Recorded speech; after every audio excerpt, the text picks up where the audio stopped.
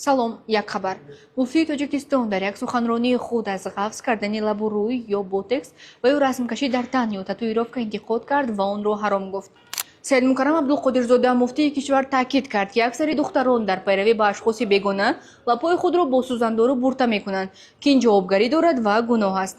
ӯ аз тағйир додани шакли биниву рӯй ки солҳои охир мӯд гаштааст эътироз намуда мегӯяд ки ин ҷисм амонат аст ва ин маънои онро надорад ки ҳар инсон ба ҷисмаш ихтиёр дошта бошад дигар гӯшашро бурад ё шакли бинияшро тағйир диҳад ба ҷуз ҳолатҳои табобатӣ ки он масъалаи дигар аст. ба гуфтаи муфтӣ инсон дар ҳар шакле ки набошад бояд аз ҷисми доштаи худ қаноатманд бошад. шоҳ-ҷоиза миллион сомониро аз Зетмобайл ба даст дошт. илова бар ин шуморо ҳар моҳ то 30 000 сомонӣ ҷоиза интизор аст. ҳамагӣ бо 3.5 сомонӣ соҳиби айди рам шуда дар ин иқдом ширкат кунед. Зетмобайл аз 2 миллион ҳамагӣ як қадам роҳ аст. хабару маълумоти бештарро дар телеграм канали мо мутолиа кунед.